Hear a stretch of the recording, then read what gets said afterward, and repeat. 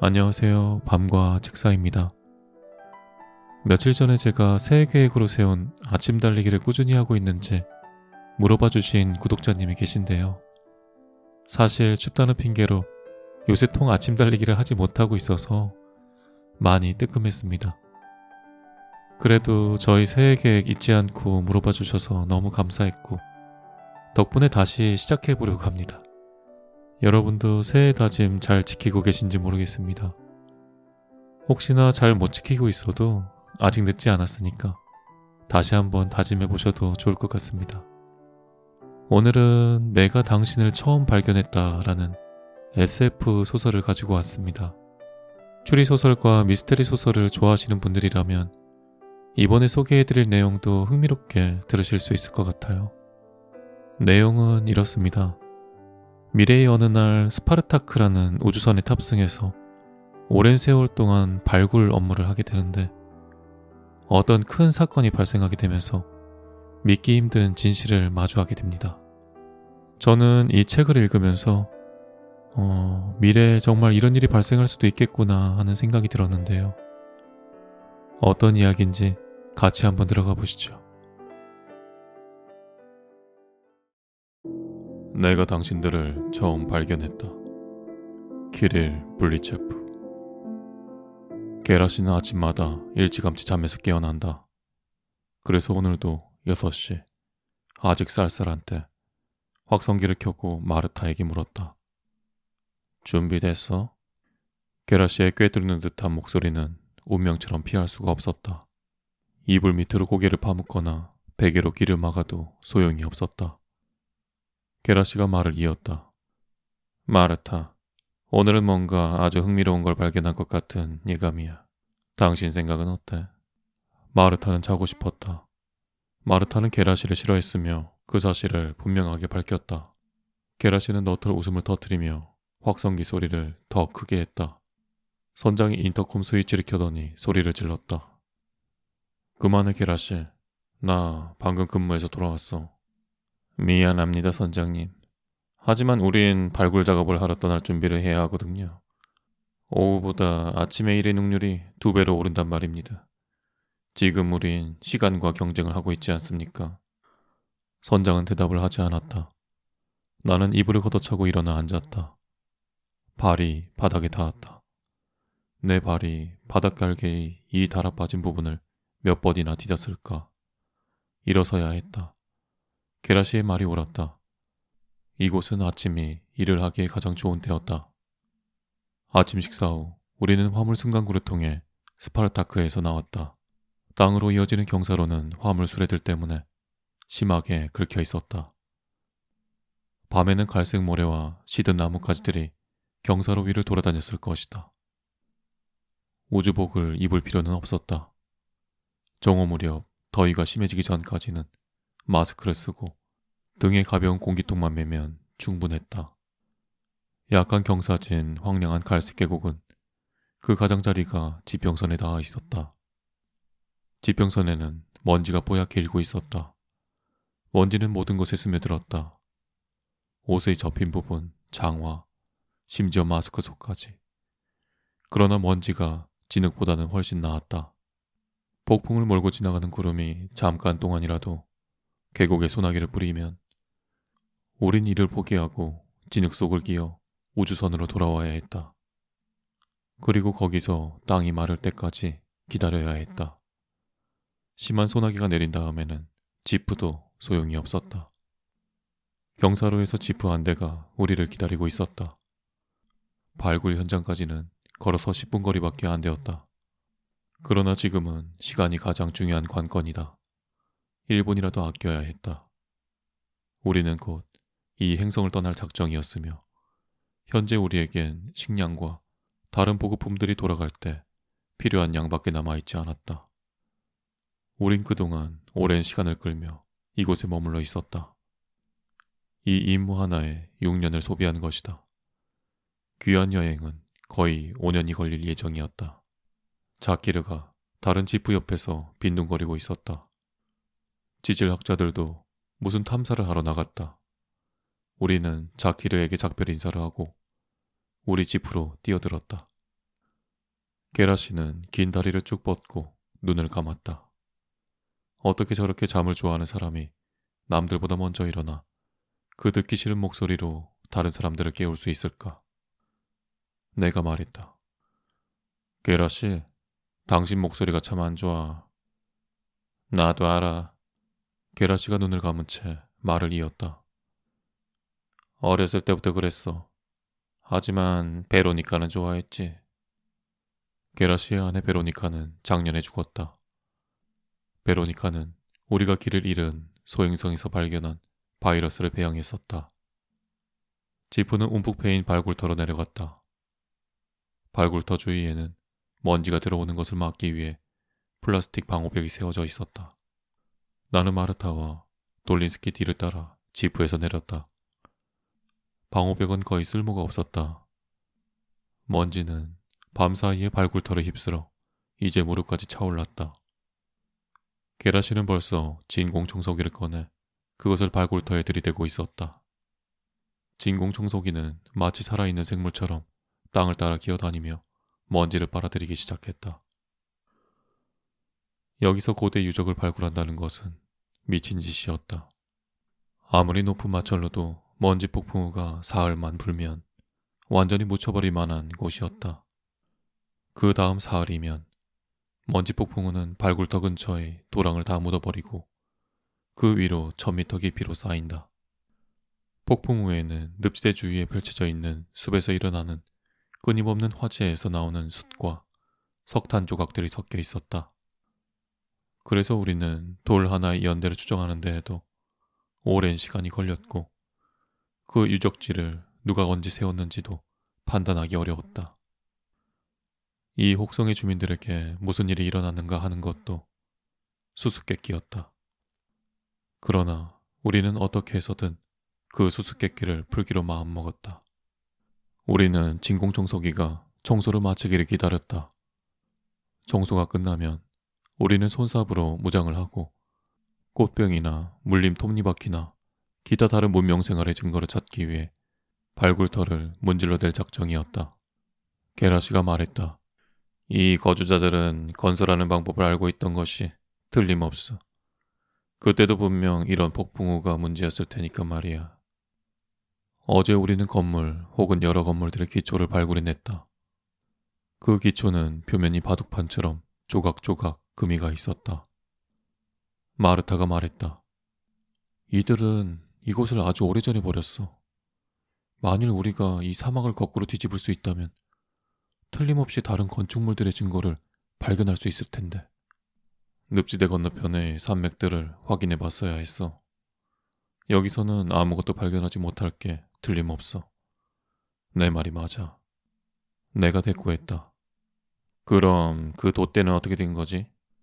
게라시가 물었다. 그리고 피라미드는? 마르타가 물었다.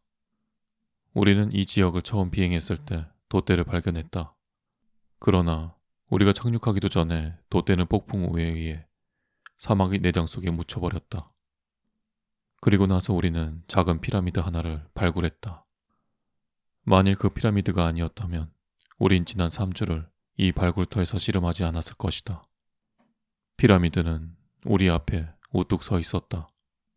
밑등이 바위 속으로 밀려 들어갔다. 마치 바위를 쥐어짜 세워놓은 것처럼 보였다. 우린 피라미드를 가지고 갈 작정이었다. 달리 발견한 것이라곤 돌조각이나 바위 위에 새겨진 눈금뿐이었다. 글자나 금속은 없었다. 이곳 사람들이 늪지대 건너에 저 산맥에서 살았을 리는 없어. 아무리 환경이 좋았을 때라도 그곳에는 물이 없었을 거야. 그래도 물이 있었을 만한 곳이라고는 이곳이라고 내가 말했잖아. 게라시가 또 옳았다. 바닥을 할 수 없는 늪지대는 건널 수가 없었다. 따라서 산맥에 접근할 수가 없었다. 마치 누가 일부러 그렇게 해놓은 것처럼. 그리고 대양이 있었다. 위로는 언제나 폭풍우가 휘몰아치고 속에는 가장 원시적인 생명 형태만 갖고 있는 끝없는 대양. 여기 한때 살았던 생명체가 무엇이든 간에 그건 사라지고 없었다. 아마 멸망했을 것이다. 그리고 이제 다시 한번 가장 원시적인 유기체에서부터 진화가 시작되고 있었다. 우리는 발굴터 속으로 들어갔다. 돌린스키가 내 곁에서 일하고 있었다. 이제 고향으로 향할 시간이야. 돌린스키는 바위 속의 네모난 구멍을 닦아내며 말을 이었다. 너도 가고 싶지? 물론 이제 고향에 가면 어떤 기분일지 잘 모르겠어. 거기서 누가 우리를 필요로 하겠어. 이렇게 오랜 세월이 지났는데 누가 우리를 기다리고 있겠어. 여기서 일을 하겠다는 계약서에 서명했을 때 그런 걸 다 감안했던 건 아니야? 바위 표면에서 뭔가 반짝였다. 그때도 알았고 지금도 알고 있지. 물론 떠나올 때 우리는 진짜 영웅이었지. 하지만 이제 돌아가게 되면 어떻게 될까? 길거리를 떠돌며 헛되게도 누군가가 자기를 기억해주기를 바라는 잊혀진 영웅보다 더 애처로운 건 없을 거야. 그런 점에선 내가 훨씬 편하군. 난 한 번도 영웅이었던 적이 없으니까. 우리가 떠나 있던 200년 동안 세상이 어떻게 변했는지를 상상할 수 없어. 물론 세상이 아직 존재한다면 말이야. 이봐, 이것 좀 봐. 이거 금속 같은데? 나는 톨린스키가 불평하는 것을 듣는데 짜증이 났다. 톨린스키는 지쳐 있었다. 우리 나머지도 마찬가지였다. 그 오랜 세월 동안 우리는 우리의 목표 하나만 바라보며 버텨왔다. 우리의 목표는 행성계의 탐사와 기류의 관찰이었다. 우리는 어떤 위대한 발견을 하겠다는 희망으로 살고 있었다. 우리의 모든 노력은 헤아릴 수도 없는 상징과 메마른 숫자로 전환되어 우주선의 두뇌, 우주선의 안전한 곳, 우주선의 실험실 속에 깊이 감추어져 있었다. 최근 1년 동안 우리는 행성계 전체를 쏜살같이 돌아다니고 소행성이나 죽은 행성 아무 곳이나 착륙해보고 감속과 가속을 반복하고 있었다. 그리고 지구로 귀환할 때가 다가오고 있다는 것을 줄곧 의식하고 있었다. 휴가가 곧 끝날이라는 것도 의식하고 있었다. 그러나 이 휴가는 기대했던 것보다 훨씬 맥 빠진 것이었다.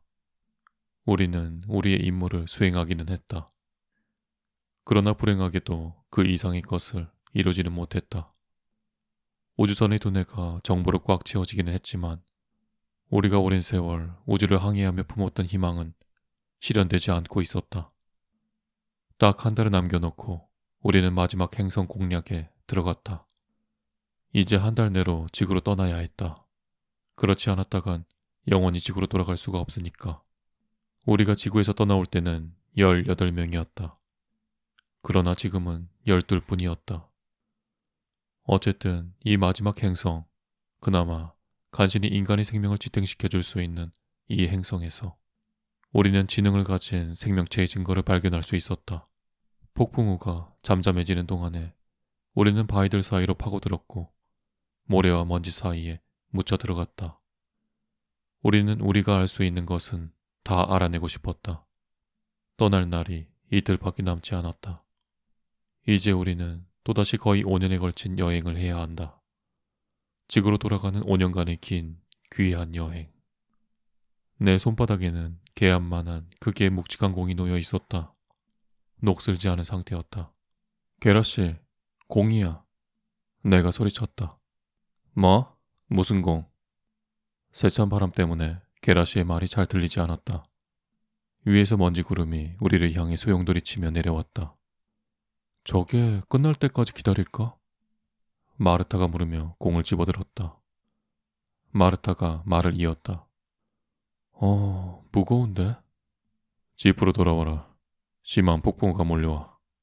선장이 무전기를 통해 말했다. 어쩌면 폭풍우가 끝날 때까지 여기서 기다릴 수도 있을 것 같습니다. 방금 공을 하나 발견했습니다. 금속이에요. 돌린스키가 대답했다. 안 된다. 당장 집으로 돌아와. 심한 폭풍우야. 만일 정말 큰 폭풍우가 오는 거라면 피라미드를 여기서 꺼내가는 게 낫겠어요. 안 그랬다간 내일 다시 발굴할 수 없을지도 모르니까요. 이것도 안 가져가면 우린 빈손으로 여길 떠나야 합니다. 피라미드는 파가지 않는다. 여기에 남겨놓고 갈 거야. 우린 피라미드를 측정했고 또 사진으로 찍었다. 빨리 거기서 나와. 아니면 모두 산채로 묻혀버릴 거야. 돌린스키가 웃음을 터뜨렸다. 걱정 마세요. 폭풍 후에 날려가지 않을 테니까. 우린 이 보물을 지키고 있겠습니다. 또 다른 먼지 구름이 우리의 머리 위에 먼지를 뿌리기 시작했다.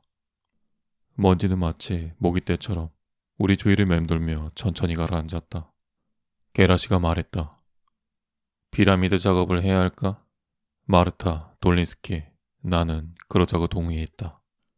게라시가 말했다. 돌린스키, 지프를 이리로 끌고 와. 차에 모든 장비가 있어. 지프에는 기중기가 있었다. 당장 우주로 돌아와라. 명령이야. 선장이 말했다. 지질학자들은 어디에 있습니까? 게라시가 물었다. 돌아오는 중이야.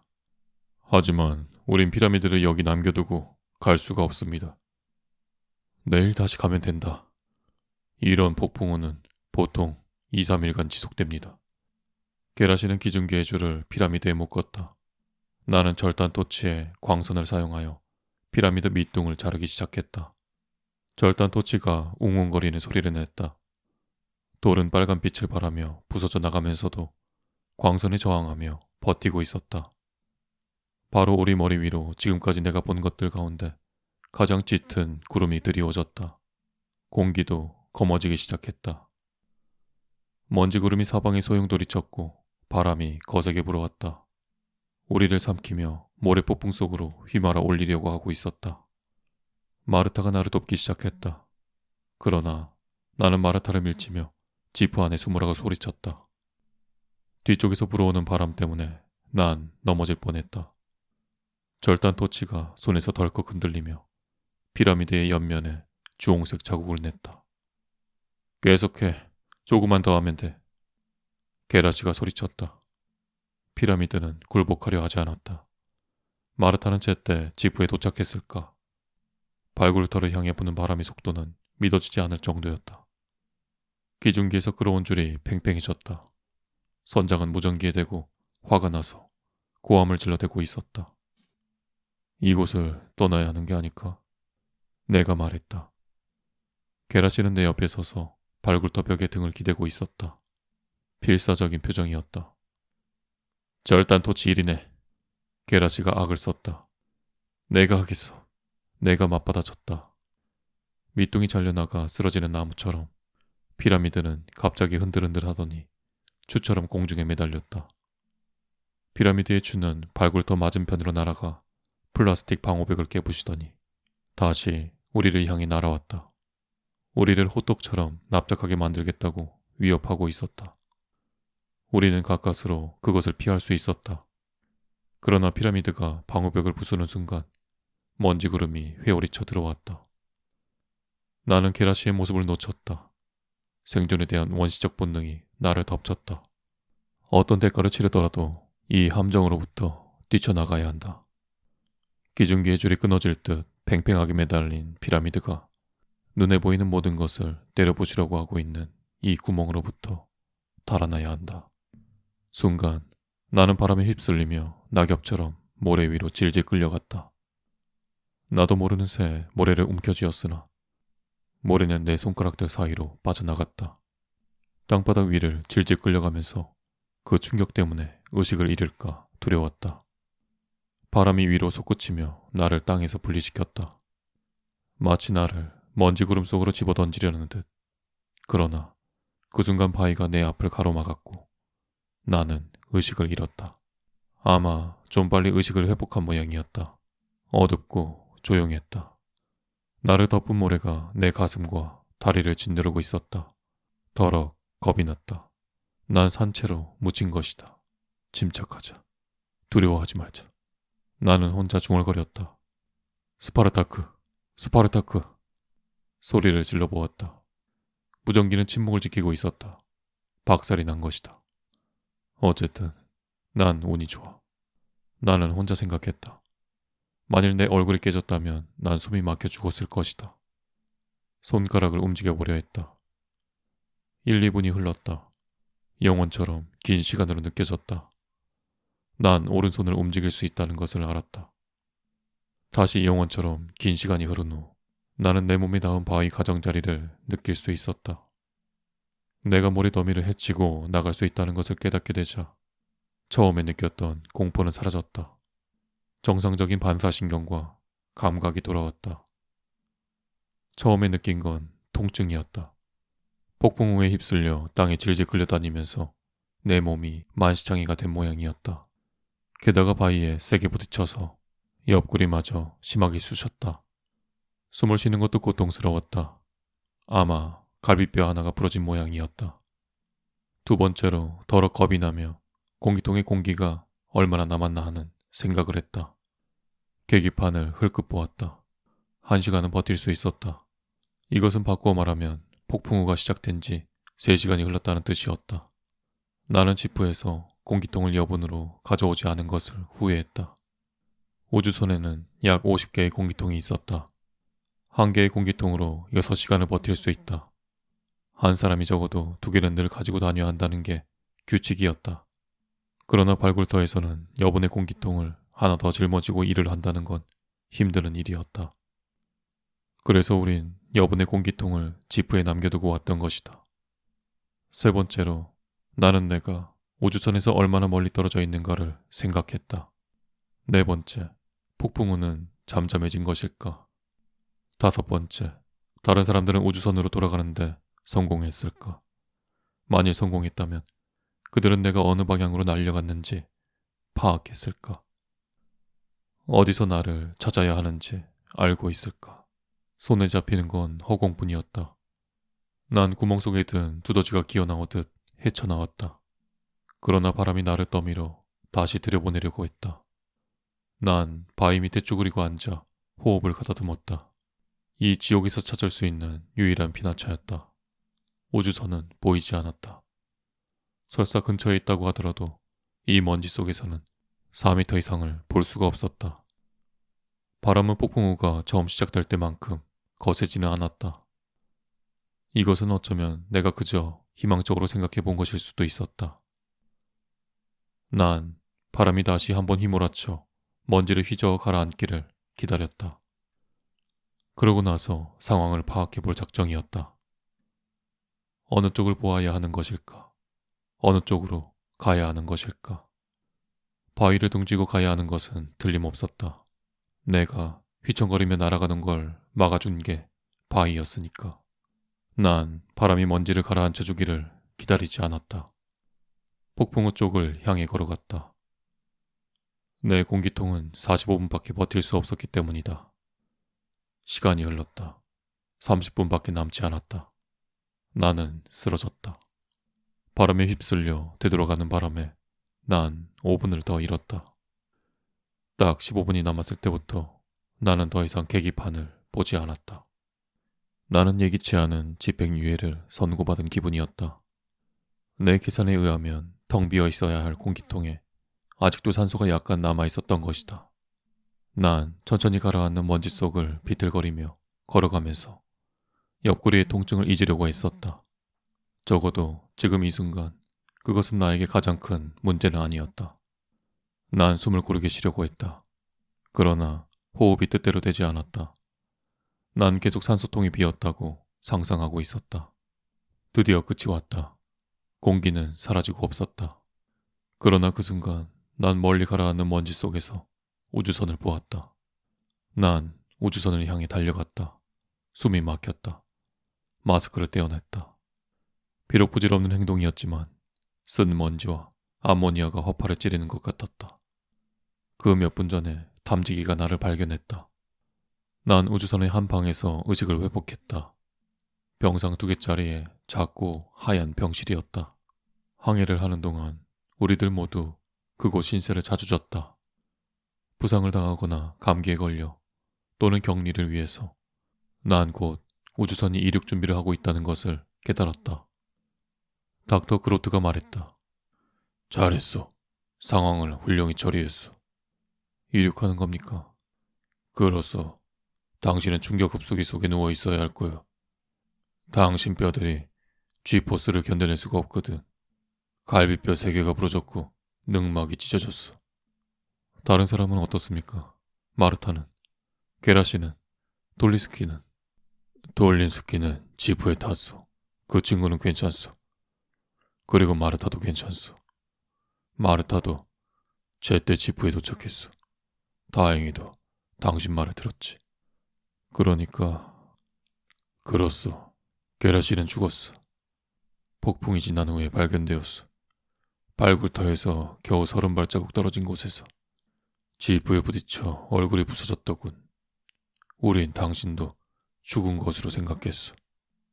나는 다른 것에 대해서는 묻지 않았다. 의사는 나를 위해 충격급소기를 준비하러 갔다. 병실에 누운 채 발굴터에서의 내 모든 동작을 하나하나 되새겨보았다. 난 계속 이런저런 순간에 게라시를 구할 수 있지 않았을까 하는 생각을 하고 있었다. 피라미드는 내버려두고 선장의 명령대로 돌아가자고 고집을 부렸어야 하는 건데 264호로 스파르타크는 속도를 붙이며 지구로 향하고 있었다. G포스는 줄어들었고 나는 충격급소기에서 풀려나 절뚝거리며 사관실로 향했다. 돌린스키가 있었다. 자네와 교대 시간을 바꿨어. 자네가 근무를 서게 될 거야. 의사 말이 자네가 한 달 정도 깨어있는 게 좋을 거라더군. 알아. 바꿔도 괜찮겠어? 그럼 1년 지나면 자네와 근무를 서게 될 텐데 뭐. 난 자네한테 피라미드를 내버려두고 지프로 달리라고 소리쳤었어. 우린 자네 소리를 못 들었어. 들었어도 소용없었을 거야. 우린 제 시간에 일을 끝낼 수 있을 거라고 생각했거든. 그 작은 공은 본석을 위에 넘겼어. 무슨 공? 자네가 찾았잖아. 내가 집으로 갈 때 자네가 나한테 주었잖아. 아, 그거 까맣게 잊고 있었어. 피라미드는 어디 있지? 화물칸에 마르타와 라노가 작업을 하고 있어. 그럼 내가 선장과 근무를 하게 되는 거야? 선장, 마르타, 그로트와 함께. 이제 우리 수가 얼마 남지 않았거든. 시간의 근무로군. 그렇지. 우리 모두 1년을 더 근무해야 하는 셈이지. 그로트가 들어왔다. 의사는 종이 한 장을 들고 있었다. 결과가 웃기는군. 그 공은 아주 어려. 안녕 돌린스키. 너무 어리다는 얘기야. 겨우 20년밖에 안 되었어. 그럴 수가. 우리가 발굴터에서 일한 게 며칠인데 그건 이 세상만큼이나 나이가 들었을 겁니다. 돌린스키가 말했다. 선장이 사관실 문간에 서서 우리 이야기를 듣고 있었다. 그렇트, 그 말 확실한 거요? 이 우주선의 두뇌와 내가 4번이나 분석을 반복해 보았습니다. 처음에는 나도 믿을 수가 없었죠. 혹시 그게 게라시 것이 아닐까? 게라시가 떨어뜨린 게 아닐까? 선장이 나를 바라보면서 물었다. 돌린스키가 보았습니다. 내가 그걸 바위에서 긁어냈죠. 또 다른 가능성도 있을 수 있지. 있을 수 없습니다. 왜? 겨우 20년 만에 그런 폐허를 만들 수는 없으니까요. 이 행성에서는 그럴 수 있지. 자네가 폭풍에 휩쓸려갔던 일을 한번 생각해보게. 그리고 대기에 그 독성 가스들. 그러니까 우리 전에 누가 여기에 왔었단 이야기인가요? 바로 그거야. 선장이 옳았다. 마르타가 다음날 피라미드 중간을 잘라냈을 때 그 안에는 캡슐이 있었다. 우리는 모두 마르타 뒤에 모여 마르타가 그 캡슐을 탁자 위에 놓는 것을 보았다. 그로트가 말했다. 우리가 늦게 도착했다니 너무 애석한 일이야. 20년 늦게 도착한 셈이지. 지구에서 얼마나 많은 세대 동안 외계의 지능을 가진 생물과의 접촉에 대한 꿈을 꾸었는지 상상해 보시오.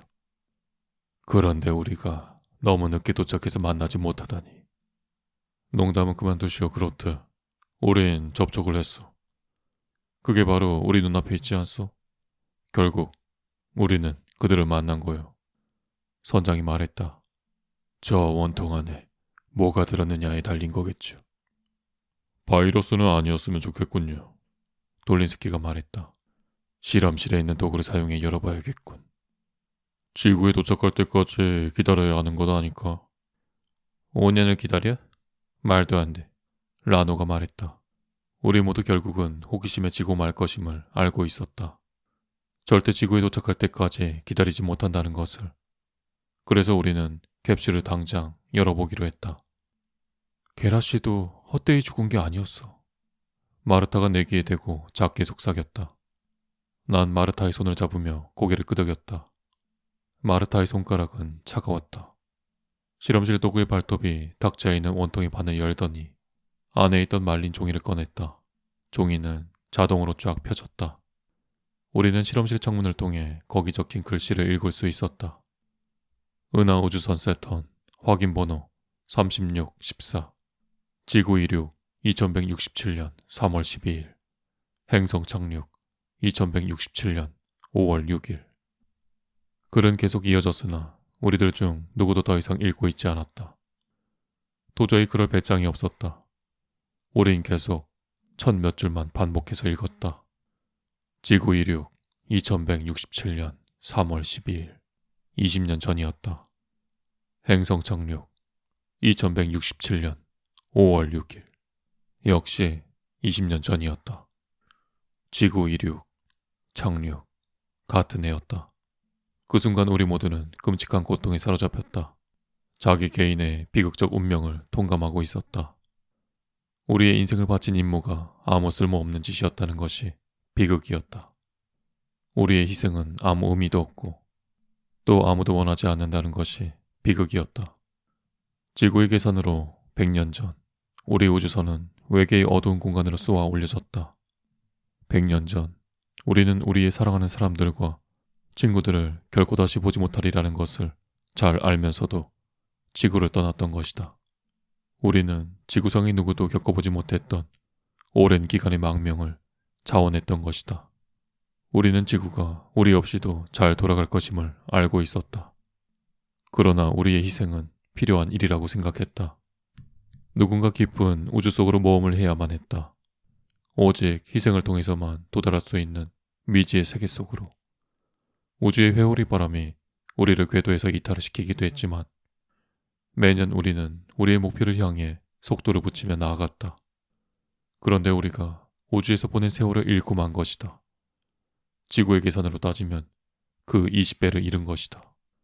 그러니까 그들은 마침내 우주 속을 도약하는 기술을 알게 된 거로군. 선장이 말했다. 난 선장이 우리라고 하지 않고 그들이라고 하는 것에 주목했다. 과거에는 지구에 대해 말할 때 늘 우리라고 했었다. 선장이 말을 이었다. 잘된 일이야. 정말 훌륭한 일이지. 그래서 그들은 여기 온 거야. 우리보다 먼저. 선장은 나머지 말은 하지 않았다. 우리 각자 그 나머지 말을 머릿속에서 생각하고 있었다. 그들은 우리보다 앞서 여기에 왔다. 그리고 우리 없이도 훌륭하게 일을 해냈다. 이제 4년 반이면 지구의 계산으로는 100년이면 우리는 우주 항구 위에 내려앉게 될 것이다. 중간에 우리가 박살나는 일만 없다면 그러면 깜짝 놀란 통제관은 옆의 동료에게 말할 것이다. 이봐, 저 괴물을 좀 봐. 저 공룡은 대체 어디서 온 거야? 착륙하는 방법도 제대로 모르잖아. 지구 주위의 온실들을 다 박살내고 관측소 거울도 부수겠는걸? 누구한테 저 똥차를 가능하면 멀리 끌어다 버리라고 해. 어디 명왕성 같은 데다. 우리는 각자 선실로 들어갔다. 아무도 저녁을 먹으러 나오지 않았다. 저녁 때 의사가 우리를 보러 왔다. 아주 지친 표정이었다. 어떻게 고향에 갈 수 있을지 모르겠군. 이제 목적이 사라져버렸어. 우린 해낼 겁니다. 힘들지만 해낼 거예요. 내가 대답했다. 주목, 주목. 인터콤 확성기에서 소리가 났다. 선장이 말하고 있었다. 목소리가 머뭇머뭇거리고 있었다. 무슨 말을 해야 할지 모르는 것 같았다. 또 무슨 일이야? 의사는 또 다른 재난에 대비하고 있었다. 주목, 장거리 무전기를 켜라. 은하계 채널에서 신호가 있다. 그 채널은 오랜 세월 동안 침묵을 지키고 있었다. 사람이 거주하는 행성들과는 거리가 너무 멀었기 때문에 교신을 시도한다는 것 자체가 쓸데없는 짓이었다. 난 의사를 보았다. 의사는 눈을 감고 머리를 뒤로 젖히고 있었다. 마치 지금 일어나고 있는 일이 깨어나기 싫은 아름다운 꿈인 것처럼. 소란스러운 소리가 났다.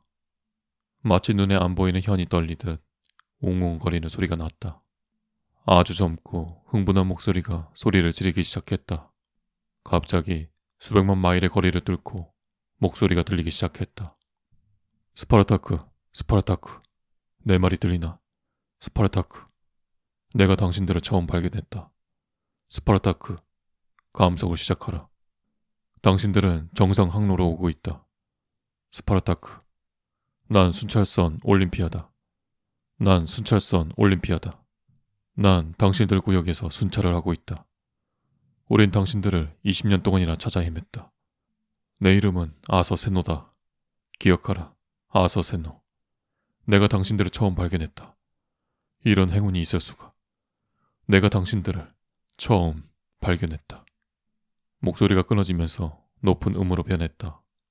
아서 세노는 기침을 하고 있었다. 순간 나는 그의 모습을 똑똑히 볼 수가 있었다. 순찰선의 비좁은 조종실에 앉아 마이크 앞에 몸을 기대고 있는 모습. 추적화면에 나타난 하얀 점에서 감히 눈을 뗄 생각도 못하고 있는 모습. 세노가 말을 이었다. 미안하다. 내 말 들리나? 내가 당신들에게 줄 선물이 얼마나 많은지 당신들은 상상도 못할 거다. 화물칸은 그런 선물들로 가득 차 있다. 돌린스키한테는 신선한 오이를 줄 것이다. 돌린스키, 내 말 들리나? 게라시, 베로니카, 당신들 두 사람에게 로마인들은 캔디가 든 과일 케이크를 보내왔다. 우리도 당신들 두 사람이 그걸 얼마나 좋아하는지 안다. 긴 침묵이 이어졌다. 선장이 침묵을 깼다. 감속